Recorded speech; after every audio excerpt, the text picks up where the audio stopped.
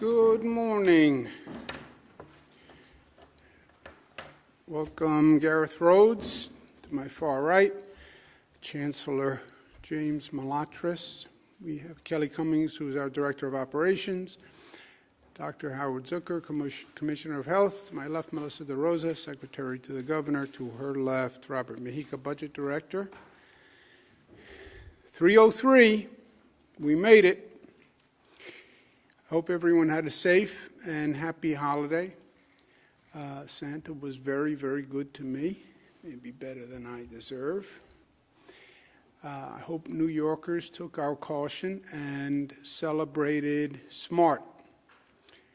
Celebrate smart, avoid shutdowns. That's what my season's greeting card says this year. Celebrate smart. We understand the celebration, the religious significance. Lord knows after this year we need a break. But be smart. And if we're smart, then we can avoid shutdowns because we control our destiny. There is nothing preordained here. What will happen will be a consequence of our actions. A year where we felt out of control, we're actually in ultimate control because we control the spread of the virus by our actions. Celebrate smart and avoid shutdowns. This is what the numbers say today, which we're not quite sure what it means, but we're studying it. Statewide positivity without microcluster 7.8. Statewide positivity with microclusters 8.3. That is an increase from the 5.9 7-day average.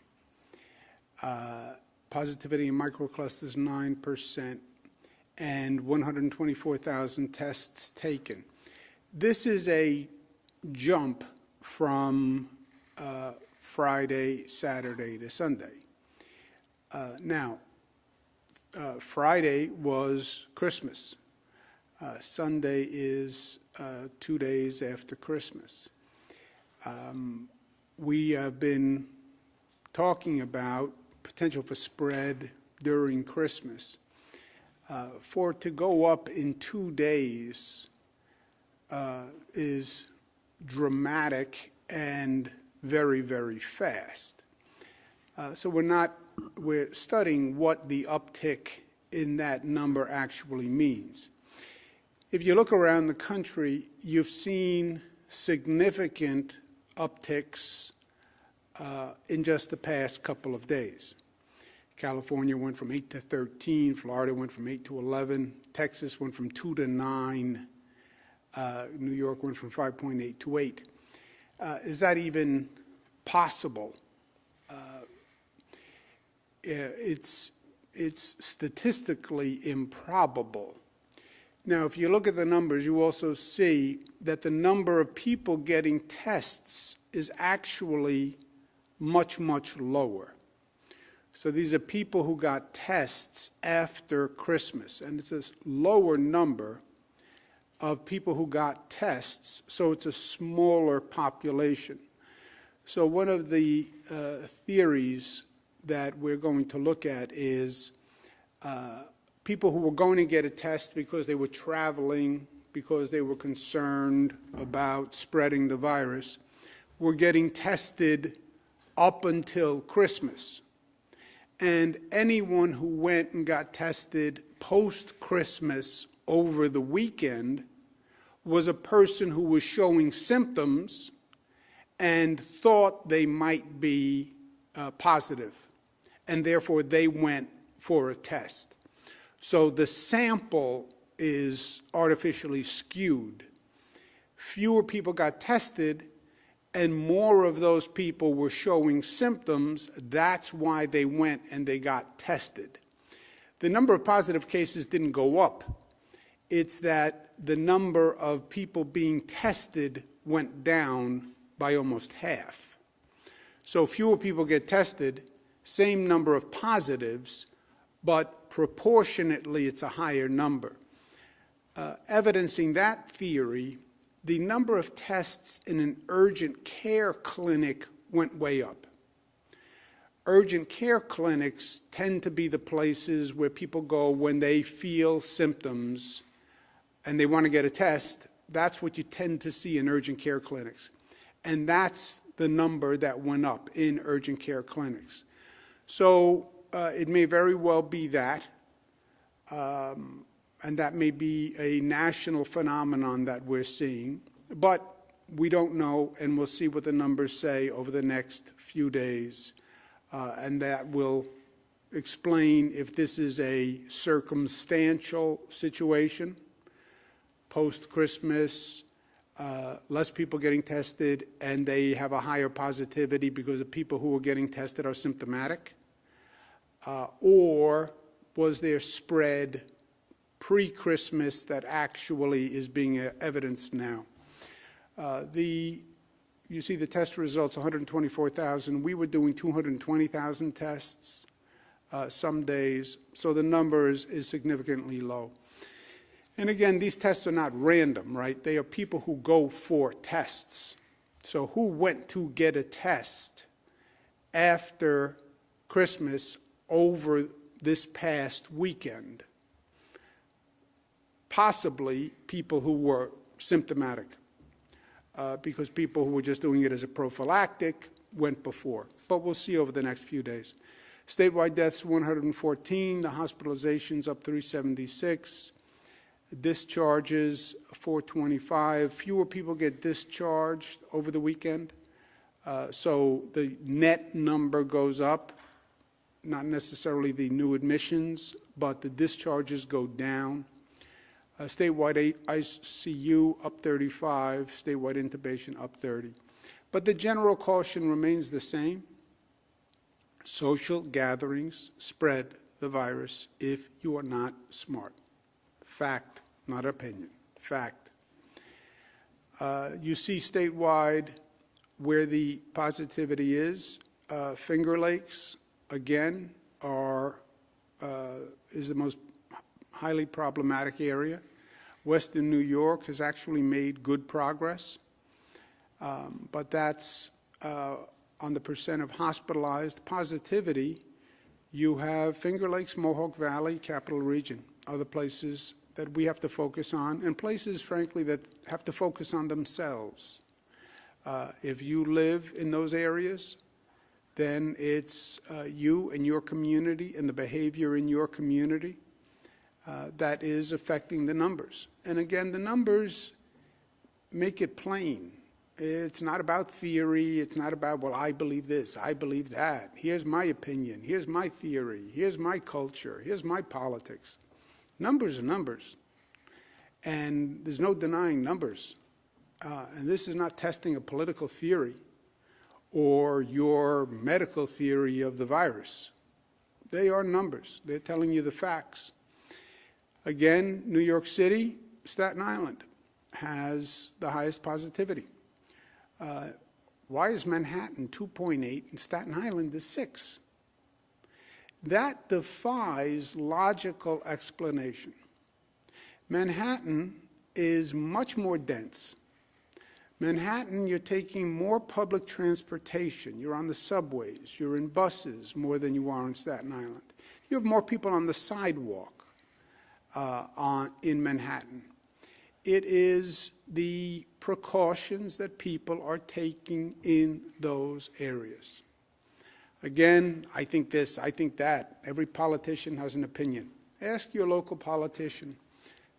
Explain the numbers to me. How does your political theory jive with the facts? And see what they say. Post-COVID future, we're getting to the new year. I'm going to do a state of the state.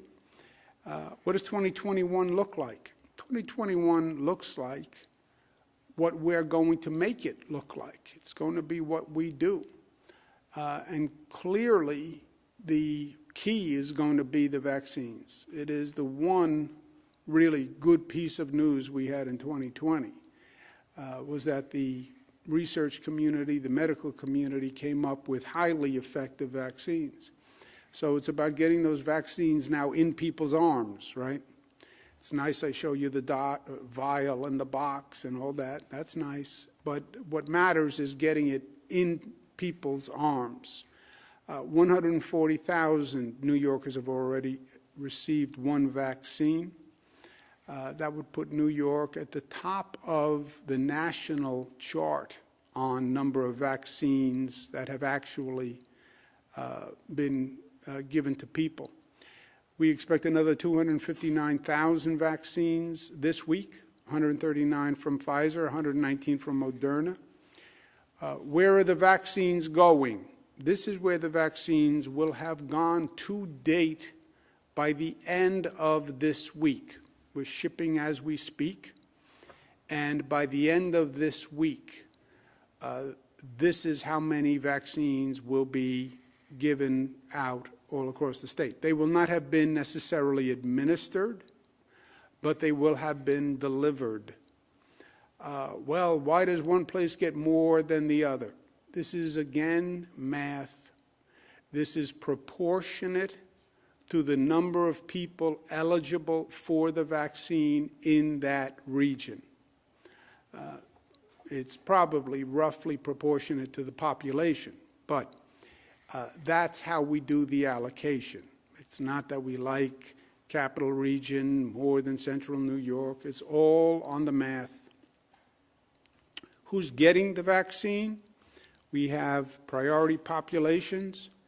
As we have more vaccines, the priority populations expand, right? We're going down the list. You have the number one priority, 2, 3, 4, 5, 6, 7. More vaccines, you just work your way down that list. This week, it's going to be urgent care center employees, individuals who are administering the COVID-19 vaccines for obvious reasons, including the local health department staff, residents of OASIS facilities. These are congregate facilities. Congregate facilities are problematic. It's where you have a lot of people in concentration. Nursing homes are obviously the most problematic because they're congregate plus older, vulnerable people. OASIS, what we call the O facilities, they're congregate, not necessarily older, but congregate facilities. We'll then continue with high-risk hospital care workers, federally qualified health center employees, EMS workers, who are the people who show up, God bless them, and respond to calls, coroners, medical examiners, funeral workers, other OMH facilities, et cetera. These are all congregate facilities where you have a number of people in one location. Who's getting the vaccines? Next week, we expect to open to ambulatory care health workers, public-facing public health workers, again, including those administering the COVID-19 tests. We have now a whole group of people who are interfacing with the vaccines, with the testing, and we want to make sure they get the vaccine.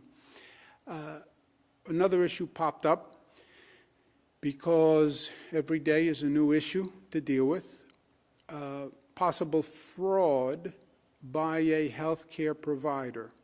And you're going to see more and more of this. The vaccine is a valuable commodity. And you have many people who want the vaccine.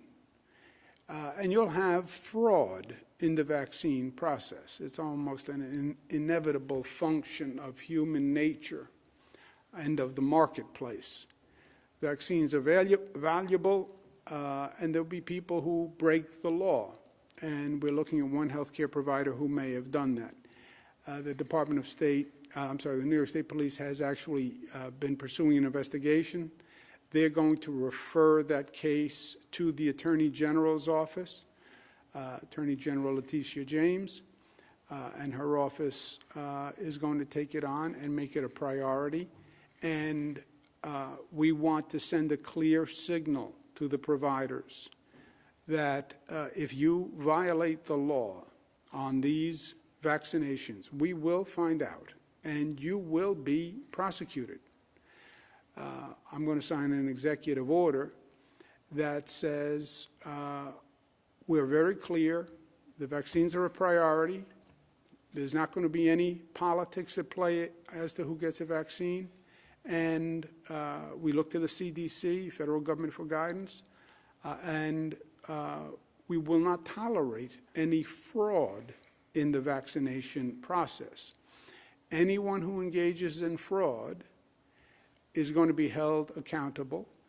The executive order I'm going to sign today says a provider could be fined up to $1 million and revocation of all state licenses, which frankly may be more of a deterrent than the $1 million. And that will apply to a provider, a doctor, a nurse, a pharmacist, any licensed healthcare professional. So if you engage in fraud on this vaccine, we will remove your license to practice in the state of New York. So we are very serious about this. And this is the type of fraud that will be uncovered. On the old adage that people talk, and somebody gets a vaccine and goes out and tells his buddy, I got a vaccine. How did you get a vaccine? You're not ready, you're not on the priority list. Well, you can go to this place. I was the Attorney General for 4 years. People talk. We will find out, and it's not worth risking your license as well as a possible civil and criminal penalty. We're also going to be extending the housing eviction moratorium by executive order. We are working with the legislature. The legislature is going to reconvene this week. We've been working with them on a piece of legislation that will also extend the eviction moratorium. We want to make sure that homeowners are protected, that it doesn't affect their credit rating. There's no mortgage foreclosure. The legislature convenes today, and we have an agreement with them on a housing moratorium bill. We want to get to May 1st. We'll see what happens by May. But we want to protect tenants. We want to make it simple. We don't want people evicted. We don't want them to have to go to court to fight the eviction. But we want to make sure they're not committing fraud either. So they will make representations that will be legally enforceable. And again, we have an agreement, and as soon as that bill is passed, I'll sign it. Today, I'm also signing an executive order to withhold pay increases for all state commissioners and statewide elected officials. This is the right thing to do, I think. Obviously, it's easy for me to propose something that's going to affect myself. This also affects all commissioners and statewide elected officials. Dr. Zucker, for example, won't be getting a raise this year. It's no reflection on what these commissioners have done. They probably worked harder this past year and performed better than any commissioner in their position, frankly, in decades. There has been no test like this test for a government official. But I appreciate their sacrifice and their showing of solidarity for the people of this state during this difficult period and during this difficult financial period. I also want to thank the Lieutenant Governor and the Attorney General and the Controller for the same statement that they're making. They've all worked incredibly hard this year. And this is another sign of their commitment in their public service. So I thank them very much.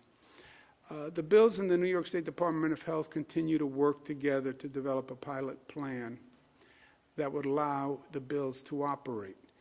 Now, this is not just about attending a football game.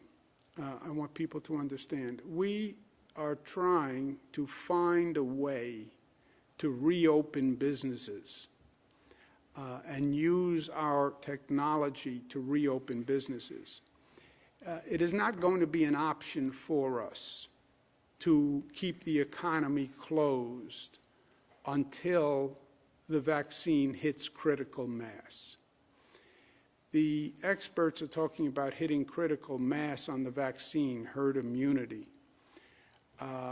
Maybe June, some say September. Some are now saying the end of the year, by the way. And the percentage of the population that has to be vaccinated keeps changing also. It started at about 60%, and it went to about 70%. Now it's about 80%. Some people are saying as high as 90%. that is going to take many months. If you wait to hit critical mass for the vaccine, you are talking about closing the economy for 6, 9, 12 months going forward. If it goes to 12 months, that means a longer period than since this began. That is not possible. It's not possible economically, psychologically. It's just not possible. So how do you start to reopen businesses safely? How do you use our testing capacity to reopen businesses safely? And that's what we're working on, and that's what the Department of Health is working on. Well, you should be giving tests to other groups. First of all, we have rapid testing that we provide to any nursing home, any county, any local government, free of charge. As much as they request, we can provide. We have never not provided an amount of rapid testing that has been requested by a local government, local Department of Health. So it's not that we have a shortage of rapid tests, but we do have to have a model that shows we can start to reopen businesses. And anyone who thinks that we're going to make it another 6, 9, 12 months with a closed-down economy, that's just not a realistic possibility. So that's what we're trying to work on and demonstrate. Can you do it? Can you use testing to reopen a business safely? And can you do it on a large scale, which would be the bills? Also, many stadiums across the country are already open and without any testing whatsoever. But the model DOH is working on is smart. How do you use testing to start to reopen businesses? Because that is going to be the challenge in 2021, and we're still working through that. Western New York has also done a good job in getting ahead of their positivity rate. They had the highest positivity rate in the state. Today they're the 4th lowest in the state of New York. So I think Western New York has heard the message. We now need Finger Lakes to understand it, Mohawk Valley to understand it, Staten Island to understand it, but they are in control of their own destiny. And you see the variance across the state. There's also a story in that. Why is Manhattan 2% and the Finger Lakes 4 times the infection rate in Manhattan? How do you explain that? Except the behavior of those people in that place. With that, we'll take questions. Thank you, Governor. If you'd like to ask a question, please use the raised hand function at the bottom of your window. We'll take a moment to compile the Q&A roster.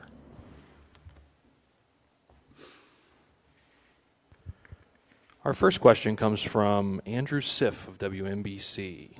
Andrew, your line is now open. Please unmute your microphone. Yes, good afternoon, Governor. On the issue of ParCare, which you have intimated is now the subject of a fraud investigation, the company tells us today that it was the state health department that sent them the vaccines, and they're providing a voucher for it and saying that they received the vaccines legitimately and that there's no fraud there, and that if anything, the state health department got confused about who gets the vaccine first and how to distribute it. What should this company have done if they got the vaccine and it wasn't their fault? Yeah, let's take a step back.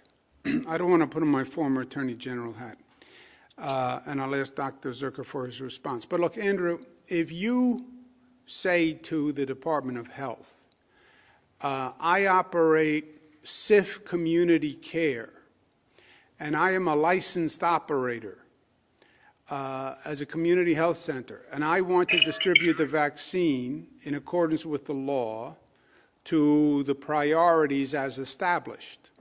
If you make that representation, you might receive the vaccine, right? We're distributing vaccine to hundreds and hundreds of providers around the state. If it turns out that you're just Andrew Sif, and there is no Sif licensed community health care facility, then you defrauded the Department of Health, right? And to say, well, I was sent the vaccine, yeah, but were you sent the vaccine because you made false representations? That's the question. And have you dispensed it unfairly and not in accordance with the law and the priority populations? That's the question. And that's the subject of the investigation that the state police have been doing. The state police believe there's enough evidence to commence a criminal investigation, and hence the referral to the Office of the Attorney General. But let me ask Dr. Zucker if he has any other additional information.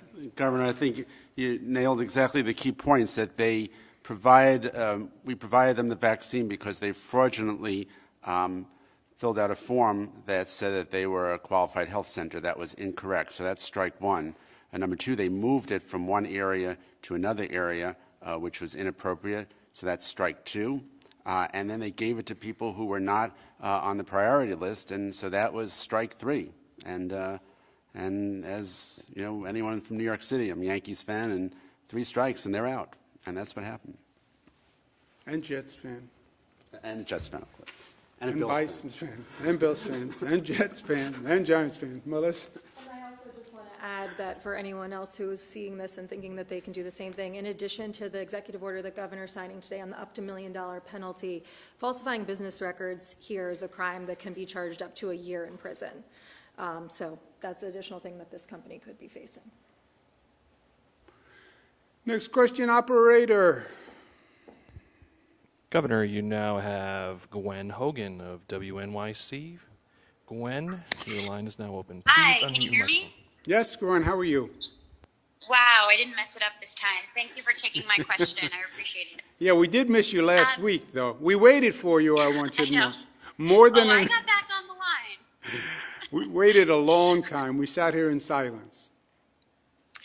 So I wanted to ask you, the federal COVID relief bill has $1.3 billion towards rent relief. I'm wondering if the state has developed guidelines or who and how it might be distributing those funds.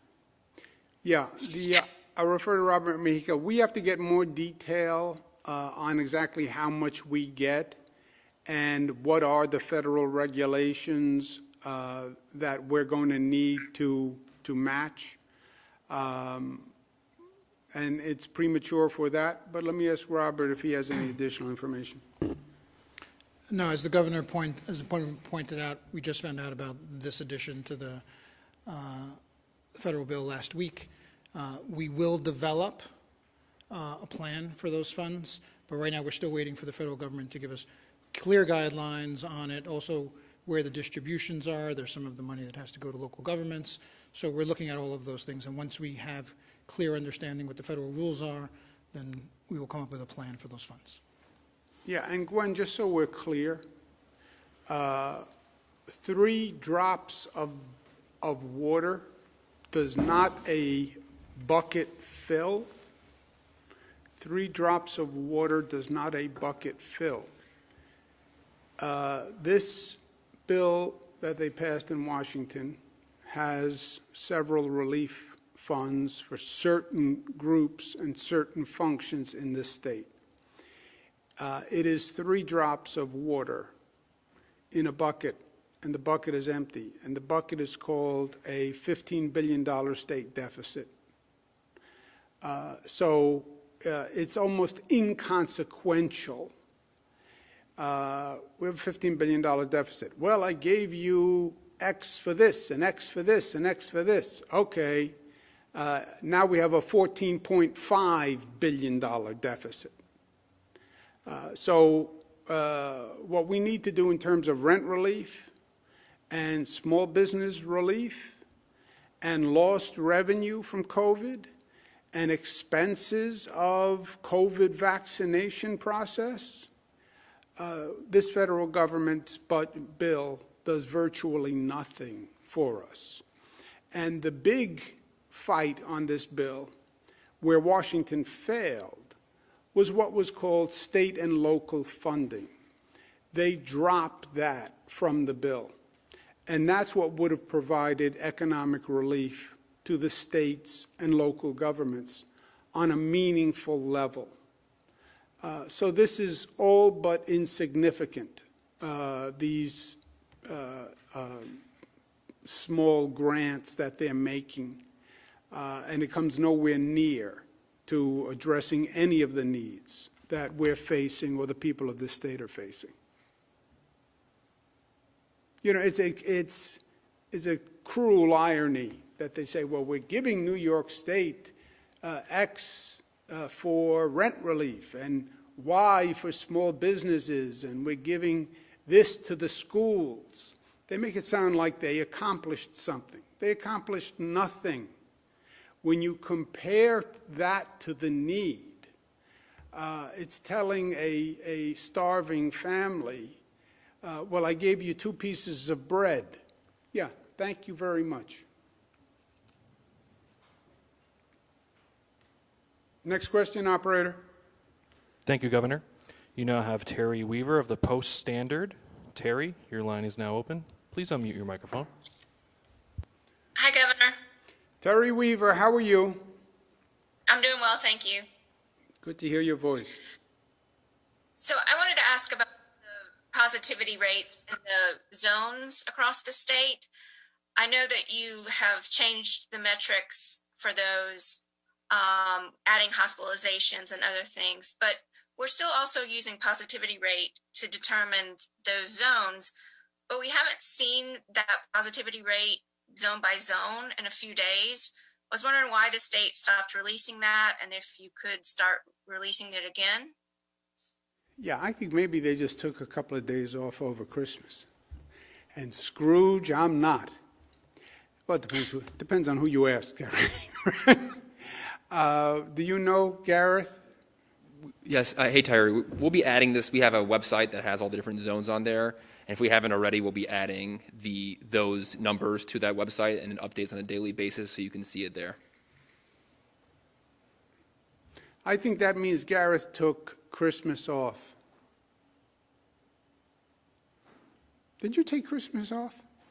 If the website is updated, then I did not. If it's not, then I did. It'll be updated, Terry. We did provide the numbers in this by region just yes, now we have it today. by region. I think Terry's asking for those specific micro-cluster zones, and that should be on our website, and if it's not, I'll make sure it's updated. Okay. Next question, operator. Governor, you now have Lisa Colangelo of Newsday. Lisa, please unmute your microphone. Hi, how are you? Lisa Colangelo, how are you? Very good, thank you.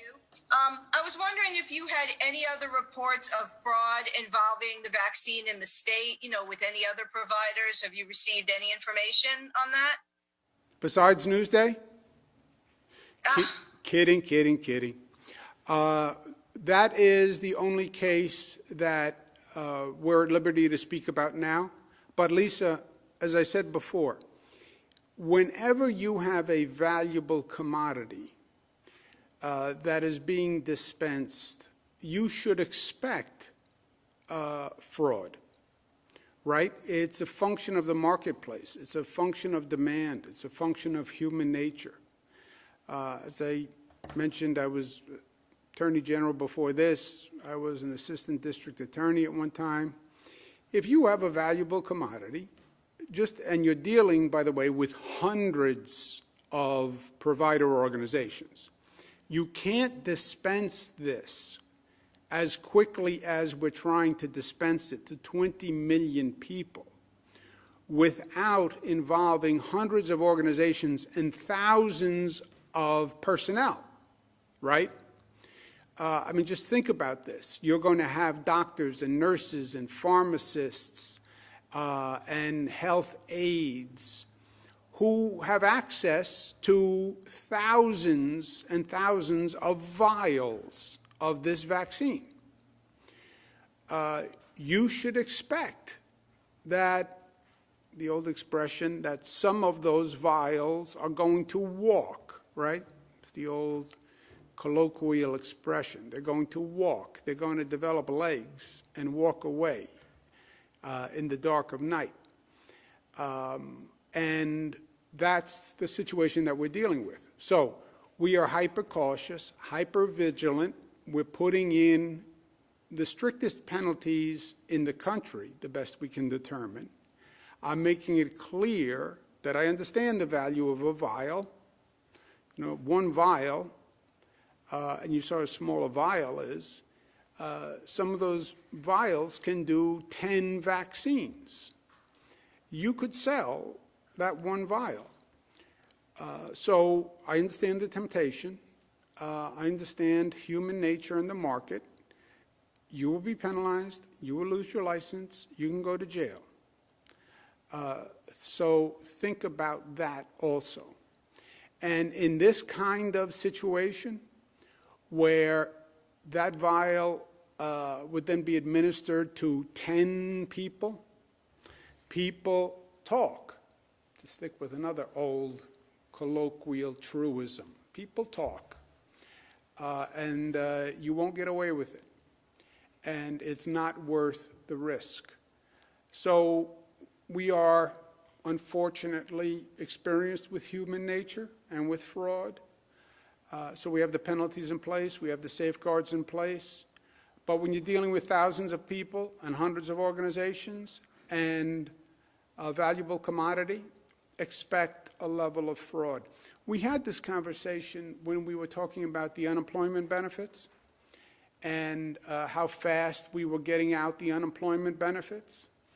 And the provocative questions would be, well, there are a lot of people waiting for the unemployment benefits. Get them out fast. Why aren't you getting them out fast? You're slow. You're hurting people. You're demonic. I said, yeah, but the flip side is there will be fraud. And if we don't certify people, and if we don't make sure they're eligible, what's going to happen, as sure as night follows day, is you're going to have people who defrauded the government. And then you're going to come back the other way and say, taxpayers were defrauded. How did you do that? How did you let it happen? And by the way, that's exactly what has happened. You're going to see the same function with this vaccine. We're working very hard to get it out quickly. You will see organizations and people who take advantage of the situation, and we are prepared for that. Next question, operator. Thank you, Governor. You now have Sasha Pezenik from ABC News. Sasha, your line is now open. Please unmute your microphone. Thank you, Governor, for taking my question. It's in regards to Park Care, a couple fronts here. How many individuals are we looking at being charged in this investigation so far? And then number two, the Moderna vaccine is a 2-dose vaccine. So how are we going to ensure that those individuals, I believe it's about 869, who received this dose through Park Care are going to be able to get their second doses? Thank you. Sasha, it's an ongoing investigation, so I don't want to say too much about it. But fraud can happen on two levels here, right? The organization can be involved in fraud. Well, I'll give you 3 levels. I'm really going back to my Attorney General days.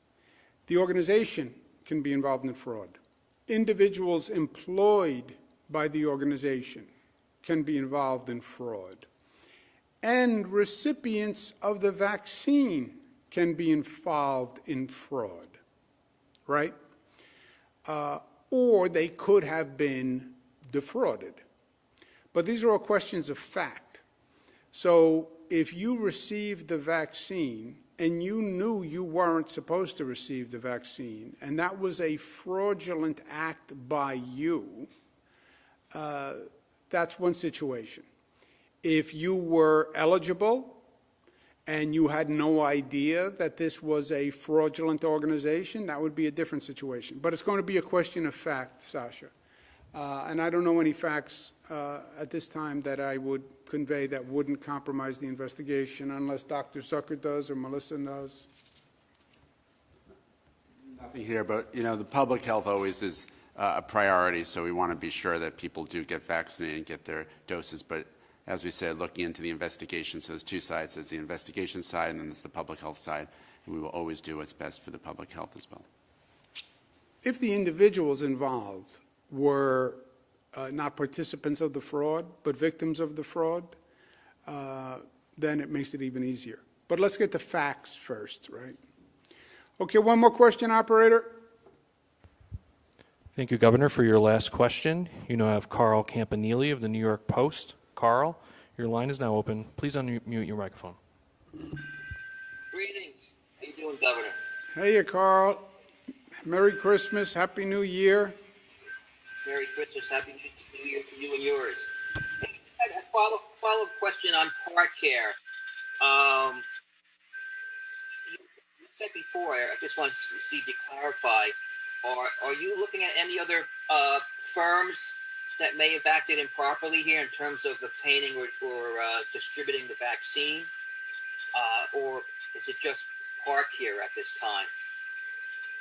Let me say it this way, Carl, because we've had this type of conversation many times in the past, again, going back to the Attorney General days. The only organization that we are looking at for possible criminal activity at this point is the organization you mentioned. The Department of Health is constantly, and the New York State Inspector General is constantly, and the Attorney General's office is constantly looking at organizations and looking at the distribution system. But the only organization that is being investigated for criminal fraud at this time is the organization you mentioned. Happy New Year, everyone. I was talking to you before then, but Happy New Year.